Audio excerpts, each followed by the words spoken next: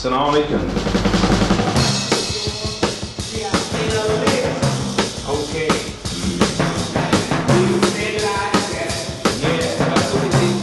I'd like to welcome you to Mr. Quick's online video lesson. Okay, hold that thought. How did he get out of doing service in the Army?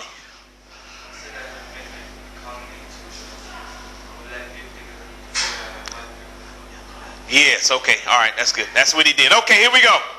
This is from page 62. Yes.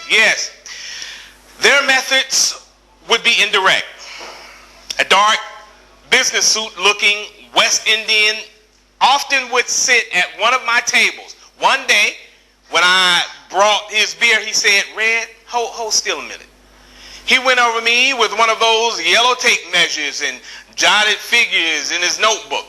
When I came to work the next afternoon, one of the bartenders handed me a package. It was an expensive dark blue suit, conservatively cut.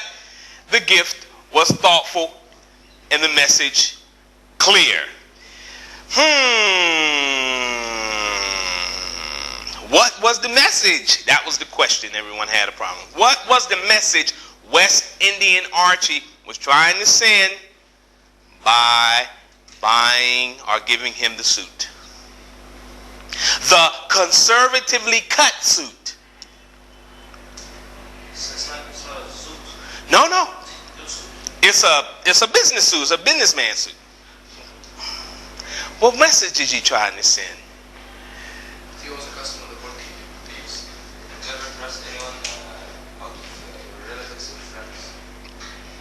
Okay. Anyone else?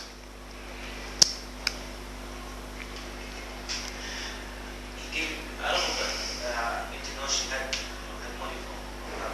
Mm-hmm. So this may be like a message. No, this is before he even got involved with West Indian Archie. See, Malcolm was just working at the bar that he was going to, and he just happened to, he wanted to send him a message. The message was that he was one of the 40 he was one of the gang. No. He was his father was one of the UN. The message was very simple and very clear. No, to change your style. It's time to change. It's time for a change. It is time for a change. The zoot suit days are over. It's time for a change now. You're here in Harlem now. If you want to be a real hustler, it's time to change. Time to be a real hustler now. And real hustlers don't bring attention to themselves with big orange hats and crazy looking, So that's why he bought him a very conservative suit. So it's time for a change. Time for change. It's time for him to get into the real criminal life. Those kind of criminal people, you only really know that they're criminals, they look like businessmen, but they really criminals. Yes, I think every country has those guys.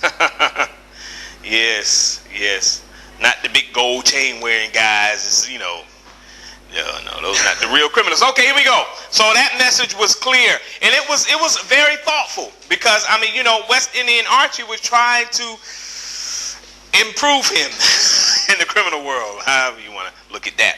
So that was okay. Page 69. Page 69. Well, there was Chicago Red. We became good buddies in a speakeasy where later I was a waiter. Chicago Red was the funniest dishwasher on this earth.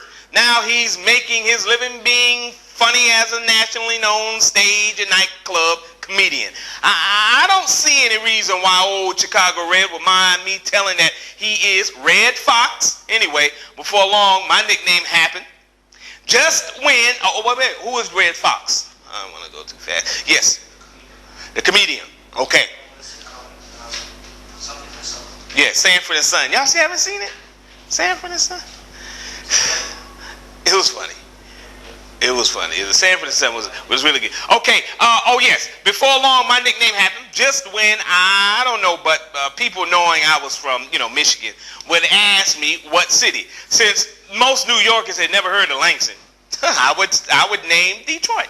Gradually, I became called Detroit Red, and of course, it stuck. That was his name, Detroit Red. My man, Detroit. Yeah. So that's Detroit Red. Okay. Page 75 and 76 here. Yes, boy. Have you seen any examples of autobiographical narrative yet? Okay, all right. I'm kind of making it obvious because I didn't ask. Okay, in those days, only 3 things in the world scared me, and what were they? Yeah. Boy. Jail, a job, and the army. In the army. I think I would remember that. I had about 10 days before I was to show up at the induction center. What's that, induction center? Induction center. Yes. In times like this, it wasn't a volunteer time. It was like you had to. Yes, I went right to work. The Army intelligence soldiers, those black spies in civilian clothes, hung around in Harlem with their ears open for the white man downtown. I knew exactly where to start dropping the word. I started nosing around that I was frantic to join the Japanese Army. His tack was quiet questions to get at why I was so anxious. Because most people don't want to be in. So why are you trying to hurry up and get in? Very interesting. I didn't rush him. I circled and hedged, watching him closely to let him think I was pulling what he wanted out of me. I kept jerking around backward as though somebody might be listening. You know how you do? You be looking around, see me. That's how you make it. Okay.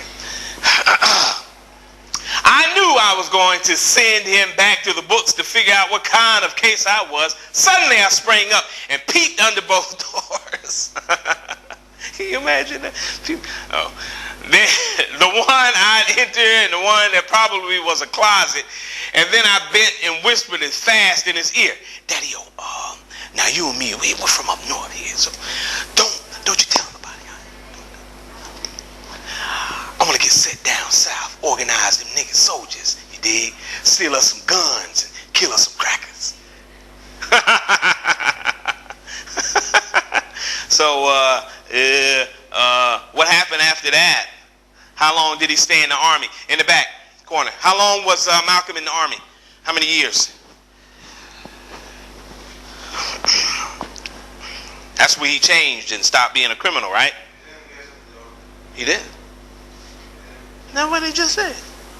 What happened? What happened?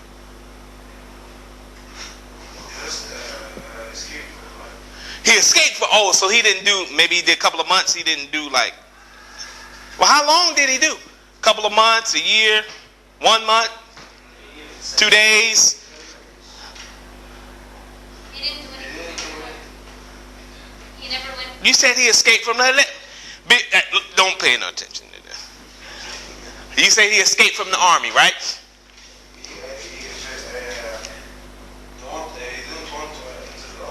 He didn't want to enter the army, but they made him because he had to, right? Well, what happened? What happened? I mean, but you had to at this time. You didn't have a choice. It was World War II. You had no choice. So how did he just not go? I mean, they wanted him in, right?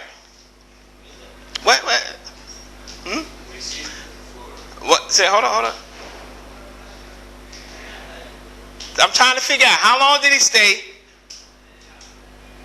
That's all I'm trying to figure out. How long did he stay? A day? 2 days? A week? Okay. Hussein. How many days? How many weeks, months did he stay in the army? Huh? He didn't? Or they kicked him out? What happened? Yes. Okay. So how long did he stay? They had to kick him out. After how long?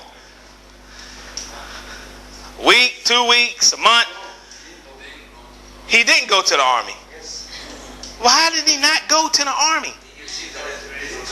He received the letter saying, come to the army. No, It was F4. F4? Okay. And what does that mean? F4. That's like the old machine guns. What does that mean, F4? What was that? to give him like a plus number. Okay. All right. Okay, you agree with that? Okay. All right. Well, let's see. Maybe, possibly. Oh, look at that. It's over. Yes. Yeah. Okay.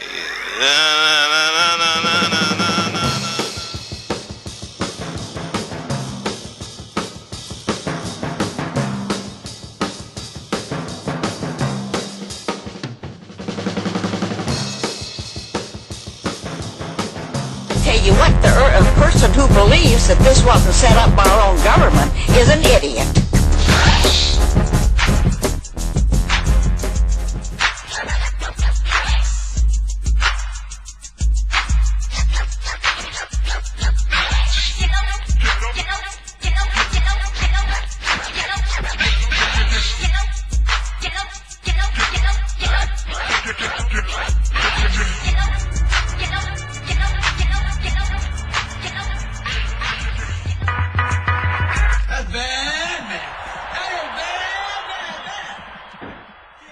So sad. It's the best night ever.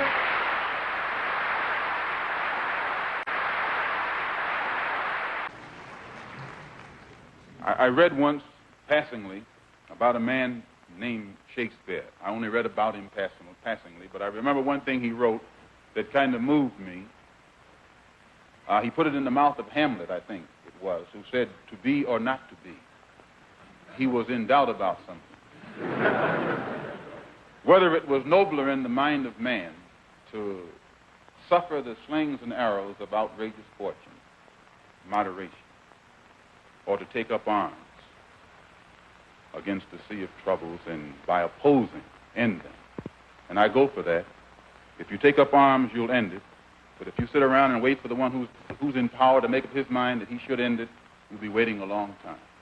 And in my opinion, the young generation of whites, blacks, brown, whatever else there is, you're living at a time of extremism, a time of revolution, a time when there's got to be a change. People in power have misused it, and now there has to be a change, and a better world has to be built, and the only way it's going to be built is with extreme methods. And I, for one, will join in with anyone, don't care what color you are, as long as you want to change this miserable condition that exists on this earth. Thank you.